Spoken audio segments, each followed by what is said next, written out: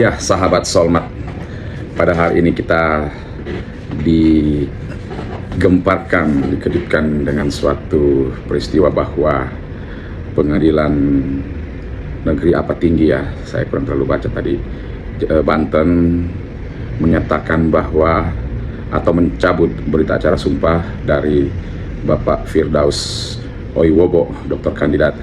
Tentu ini juga sangat menggemparkan bagi Bang Firdaus, karena berita acara sumpah memang suatu dokumen otentik dan paling sahih dalam berprofesi sebagai seorang advokat ya.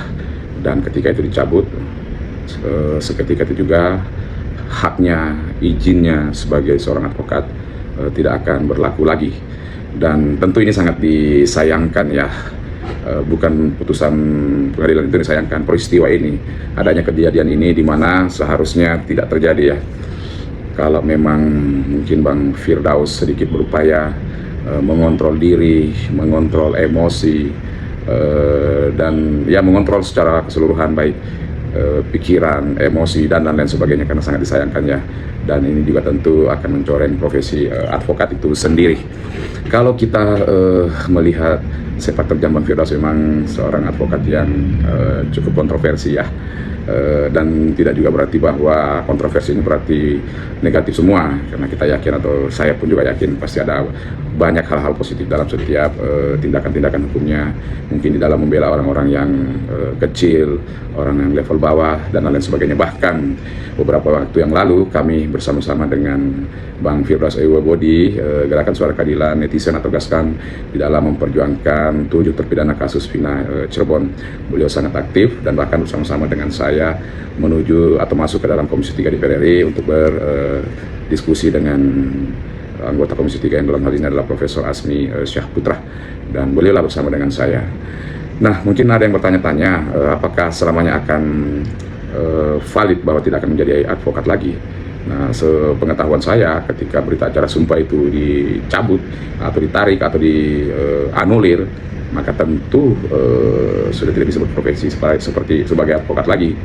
Saya pun juga tidak paham apakah memungkinkan untuk melakukan sumpah ulang ya, dalam artian pengajuan dari asosiasinya, katakanlah ini Feradi ya, terus kemudian mengajukan lagi untuk dilakukan berita acara sumpah dan lain sebagainya. Saya juga belum terlalu baca dan belum membaca detail tentang putusan pengadilan tersebut.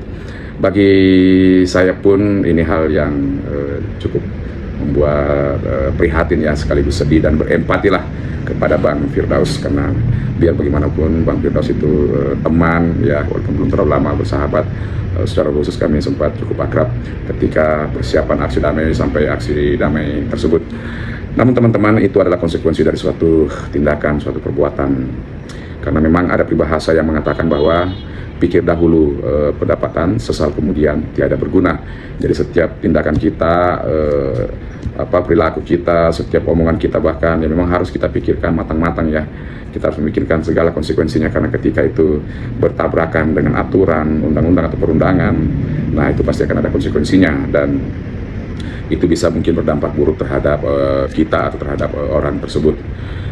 Kemudian ada yang bertanya, apakah ada jalan lain lagi? Ya mungkin karena itu mengingat putusan dari pengadilan ya, yang mungkin Firdaus bisa melakukan gugatan terhadap pengadilan tersebut, pengadilan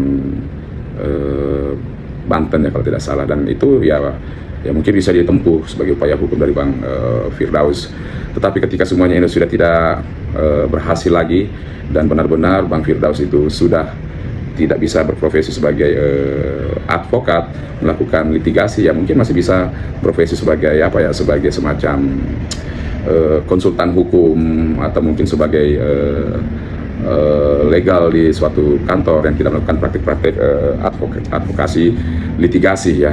Jadi sebenarnya sih bagi Bang Firdaus itu langit belum runtuh selama memang masih terus mau berupaya berikhtiar dalam hal menerapkan ilmu-ilmu hukum yang dimiliki ya. Tapi yang lebih utama memang ya seharusnya bisa mengevaluasi gaya-gayanya ya, bisa mengevaluasi cara bertindaknya sehingga bisa lebih baik ya. Tidak apa-apa tegas, bahkan kalau perlu terkadang memang keras, tetapi etik itu, kode etik harus dijaga ya. tidak bisa nabrak sana nabrak sini, ya itu memang disayangkan. Karena itulah yang membatasi kita sesuatu dengan seorang lain. Ketika kita bisa menjaga perilaku kita, omongan kita, kita bisa menjaga tindakan kita sehingga tidak menyinggung orang lain, tidak menyinggung institusi, tidak menyinggung kepentingan-kepentingan yang lain. Dan harusnya ini memang yang diterapkan di dalam diri seorang advokat. Ketika kita melihat bahwa kejadian ini adanya di persidangan ya, dan atau di pengadilan katakan seperti itu, dan Bang Firdaus ini kan sudah keluar masuk pengadilan, sehingga ya seharusnya benar-benar sudah sangat clear bagi Bang Firdaus bahwa itu memang harus dijaga marwah daripada pengadilan tersebut. Apalagi dalam upaya membela klien, tentu kliennya pun harus terjaga marwahnya. Nah, yang menjadi pertanyaan ketika kliennya itu adalah Bang Rasman Nasution yang juga orangnya kontradiktif, orangnya kontroversi ya, terus kemudian ya sangat vokal bersuara. Nah, memang hal-hal seperti ini yang menjadi ya katakan itu mungkin suatu dilema ya, karena harus saling mengontrol, mendiamkan satu dengan yang lain. Dan ini juga menimpa Bang Rasman karena berita acara sumpahnya pun juga dicabut ya. Dan ini memang ya sudah semacam contempt of court ya, penghinaan pengadilan ataupun upaya-upaya merusak marwah daripada pengadilan yang ada di Republik Indonesia. Dan memang ini secara etik dan secara moral dan juga secara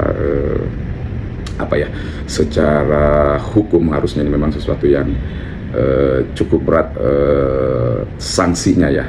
Dan ya itulah yang terjadi sekarang. Nah, ini menjadi pembelajaran bagi semua teman-teman, baik itu profesi apapun, tetap berhati-hati walaupun bersemangat dalam berjuang, tetap harus punya kontrol, punya keseimbangan dalam berbuat, bertindak, berpikir, berperilaku ya, sehingga benar-benar mawas diri, tidak tabrak sana tabrak sini, dan kemudian ya sesuatu menjadi rusak seperti ini.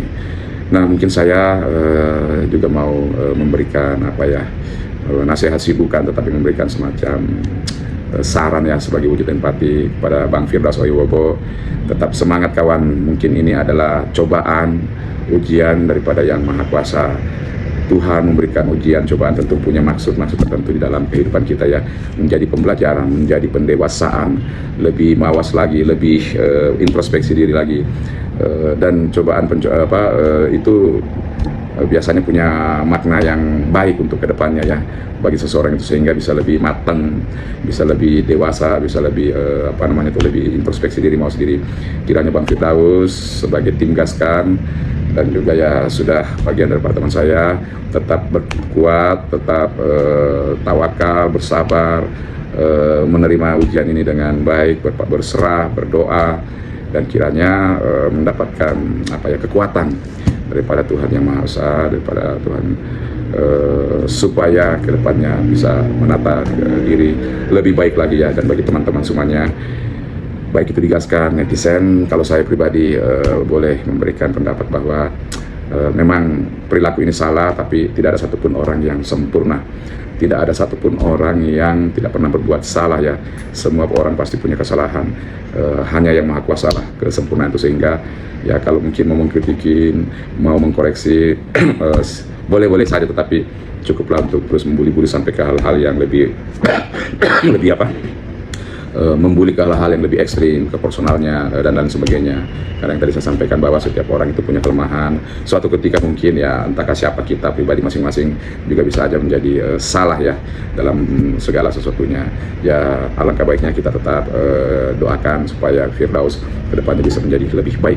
Dia telah menerima upah atau ganjaran terhadap apa yang telah dilakukan ya, ataupun tindakan-tindakannya. Dan ini menjadi pembelajaran bagi kita semuanya, masyarakat hukum, masyarakat Indonesia, di dalam menjaga etika kita, di dalam berpikir. Mudah-mudahan ya kita menjadikan ini semuanya menjadi satu pembelajaran yang sangat berharga, bahwa semuanya itu ada aturannya, ada undang-undang yang berlaku, peraturan yang berlaku. Tidak bisa seketika kita mau berbuat sesuai dengan apa yang ada di pikiran kita, walaupun itu mungkin bahkan secara tidak sengaja, bahkan secara tidak sadar ya. Ketika itu sudah memang melanggar suatu aturan atau peraturan, ya aku boleh buat, harus menerima sanksi dan konsekuensi ya. Tinggal masyarakat yang menilai ya, apakah memang ini suatu ketidaksengajaan, apakah suatu kesengajaan. Nah, ketika itu suatu kesengajaan ya harusnya lah minta maaf kepada publik ya, karena yang terjadi di ruang publik ya. Minta maaf kepada publik, masyarakat Indonesia, minta maaf kepada netizen, karena itu mungkin suatu kesengajaan tetapi unsurnya adalah kelalaian. Dan saya pikir Bang Firdaus pun juga tidak ada salahnya kalau memang meminta maaf kepada masyarakat Indonesia, karena beliau itu kan sudah public figure ya, sudah dikenal di mana-mana, dikenal oleh masyarakat Indonesia, sehingga ketika dia kemudian menyatakan permintaan maaf bila ada yang kecewa, ada yang tersakiti, tidak ada salahnya saya pikir ya. Dan masyarakat Indonesia juga masyarakat yang ya pemaaf ya, dalam artian bahwa ketika seorang itu memang mengatakan permohonan maaf yang sebaik-baiknya, yang setulus-tulusnya kepada masyarakat Indonesia, dimana lagi ketika orang tersebut juga pada dasarnya tetap banyak melakukan hal-hal yang baik buat masyarakat Indonesia, melakukan pembelaan masyarakat kecil, melakukan pembelaan penegakan hukum, penegakan keadilan, penegakan supremasi keadilan ya, hukum ya. Saya pikir masyarakat pada ujungnya atau rakyat Indonesia pada ujungnya akan bisa paham, bisa mengerti, dan bisa memberikan maaf ya. Dan ini menjadi menjadi bagian daripada budaya rakyat Indonesia, masyarakat Indonesia untuk saling memaafkan, terlebih menjelang bulan puasa Ramadan ya. Kita menjauhkan dari hati masing-masing yang keras, dengki, dan biarlah semuanya kita saling memaafkan. Dan Bang Firdaus pun juga tetap sehat bersama dengan keluarga, anak istri, dan semuanya tim, kiranya tetap berprestasi untuk masa-masa yang selanjutnya di dalam hukum ataupun di luar daripada hukum. Saya Solmat mengucapkan salam hormat dan tetap semangat.